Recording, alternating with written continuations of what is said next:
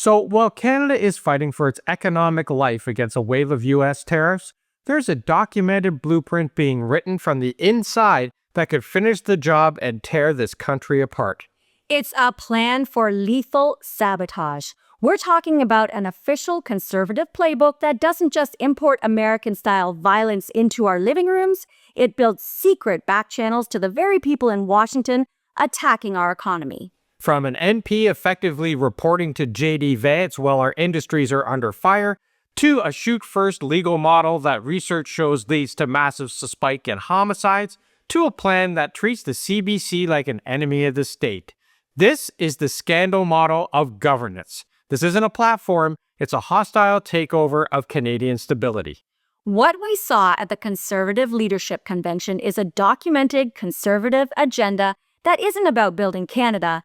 It's about importing a style of American politics that treats fear like fuel and our institutions like targets.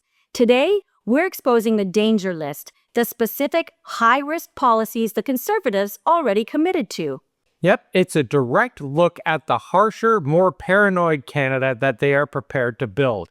And it starts with a policy that should alarm every single Canadian: the move toward a stand-your-ground culture. Delegates voted overwhelmingly for a policy that would allow lethal force against an intruder in your home, going further than current Canadian law and creating a bigger legal shield for the person who uses force. And I want to be really careful here because everyone watching this understands the instinct. If someone breaks into your home, of course, your body goes into survival mode. Nobody is sitting there calmly thinking, what is legally optimal level of force that I can use? Very true.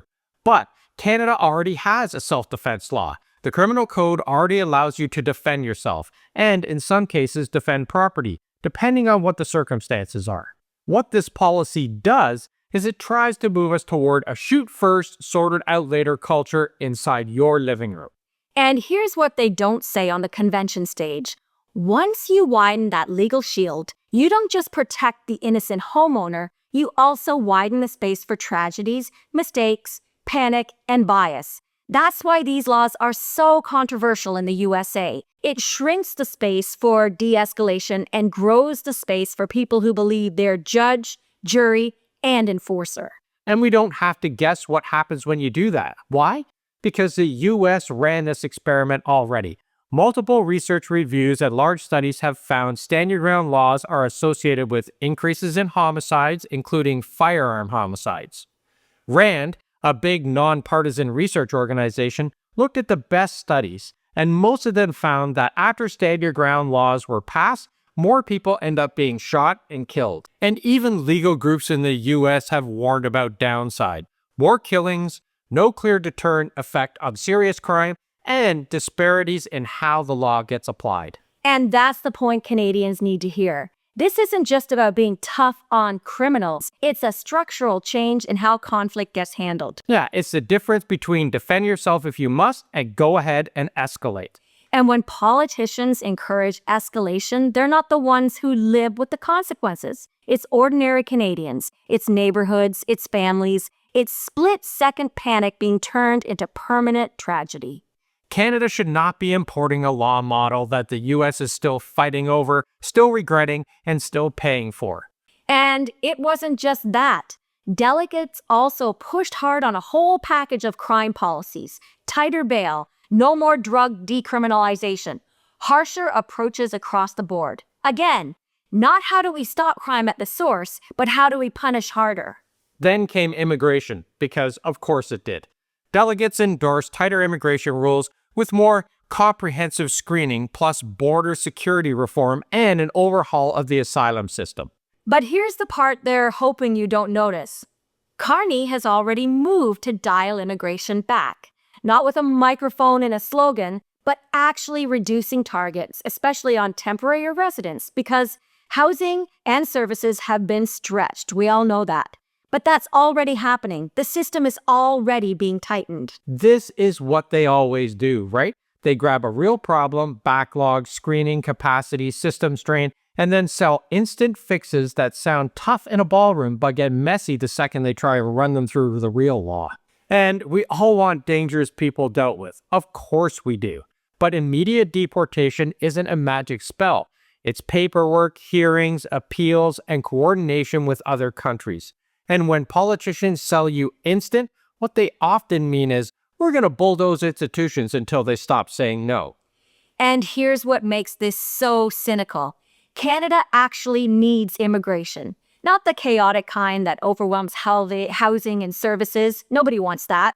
But the steady, managed kind that the Liberal government is working towards that keeps this country functioning. Listen, we've got a workforce that's aging. We've got retirement stacking up. We've got shortages in critical jobs. And immigration has been doing a huge share of the heavy lifting in the labor force for years because the demographics don't magically fix themselves. And that's the grown-up conversation. Canada needs balance. Capacity, housing, trading, credential recognition, smart targets that match what communities can actually absorb. But crackdown, crackdown, crackdown, that's not a plan, it's a mood. And moods don't run countries, PP. So yes, tighten screening where it needs tightening. Fix the asylum system where it's being abused. Enforce the rules. But don't pretend that Canada can shut the door and somehow keep the economy running, hospital staff, and the tax base stable while the workforce shrinks. They want you scared enough to accept anything. We're saying be smart enough to demand something better. And while we're talking about importing American political disease into Canada, we need to talk about Jamil Jivani because this week, a Conservative MP from Ontario, he's a longtime friend of U.S. Vice President J.D. Vance, and he announced that he's heading to Washington to build bridges after the Liberals didn't take him up on his offer to collaborate. He says that he's meeting with GM reps and heavyweights in the auto and manufacturing industries. And he's attending, of course, the National Prayer Breakfast in D.C. You know, that big networking event with thousands of politicians and power brokers. And I can already hear his defenders. What's the problem? Politicians go to Washington all the time. Well, here's the problem. He's not the government. He doesn't negotiate for Canada. He doesn't speak for Canada. And when you've got someone with a personal pipeline to the American administration freelancing in the middle of a high-stakes trade year, that is not helping. That's how you end up with back channels and mixed messages. And let's not pretend that this is some neutral civic mission.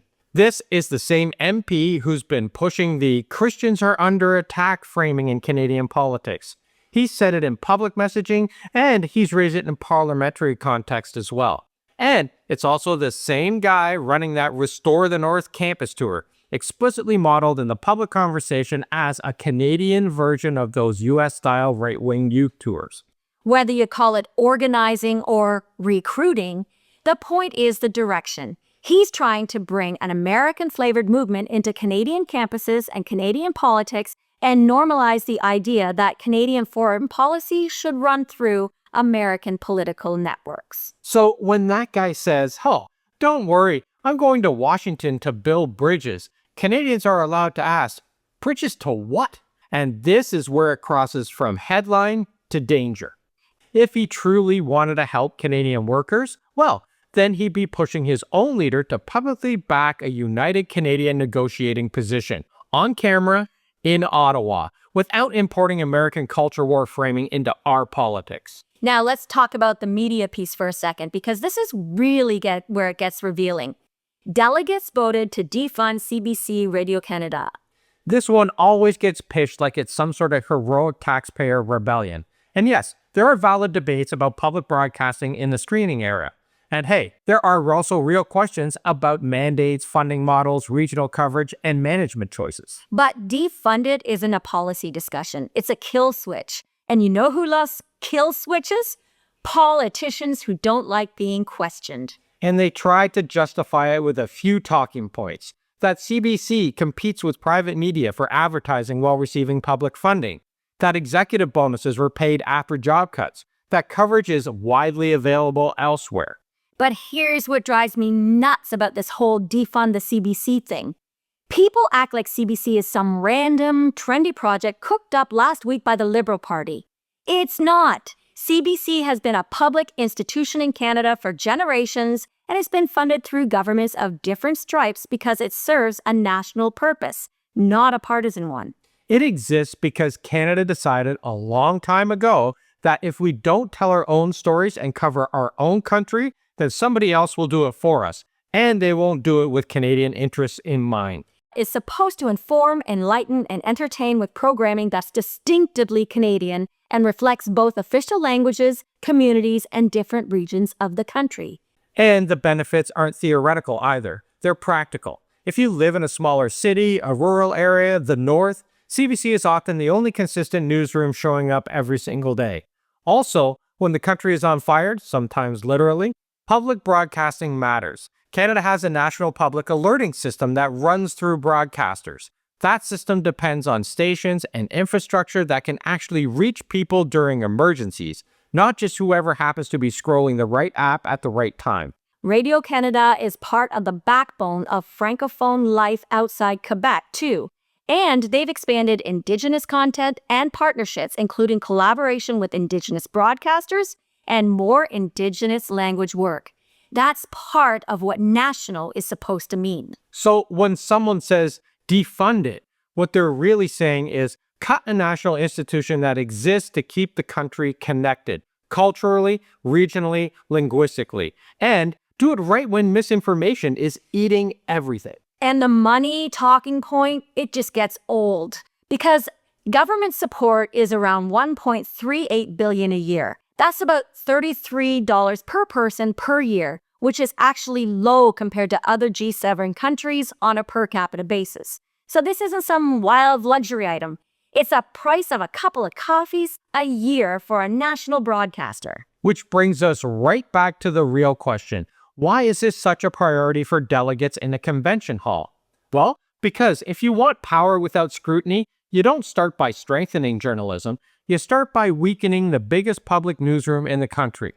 And that's why this vote matters. It's not about saving you $33. It's about controlling the story. And here's another one. The delegates voted to restore meritocracy by doing away with DEI programs. Meritocracy sounds nice until you realize it's often used as a code phrase meaning stop tracking discrimination and stop trying to fix barriers and stop making room for others. Because if you actually believe in merit, you should want a fair competition. And you don't get fair competition by pretending barriers don't exist. Also, a quick reality check here. The people yelling meritocracy are usually the same people who think nepotism is fine as long as it's happening in their social circle. Sounds a lot like the MAGA talking points here, doesn't it? Keep the rich elite strong and hold everyone else down. So what do we do with that?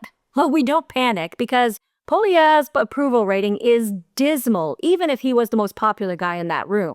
So the first thing we do is we don't worry. But we don't tune it out either. We don't let people wave this off as just another convention. We treat it like what it is, a preview of what they want to put into law if they get into power. And we get loud. Talk to people who you actually know and ask one question. Do you want Canada to move in that direction? Because the answer for most Canadians is going to be absolutely not. Here's the bottom line. Canada doesn't belong to the people in a boardroom or a back-channel meeting in Washington. It belongs to you.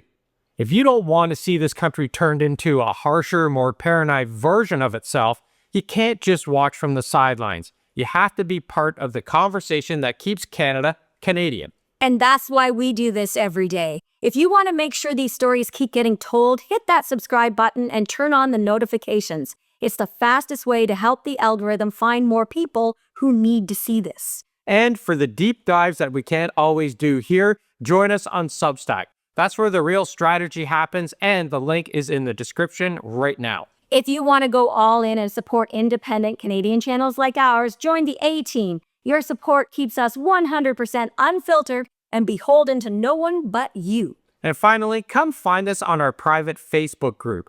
The conversation continues there every single day, and it's a safe space to voice your opinions. So thanks for watching, everyone, and we will see you in the next one. Ciao for now.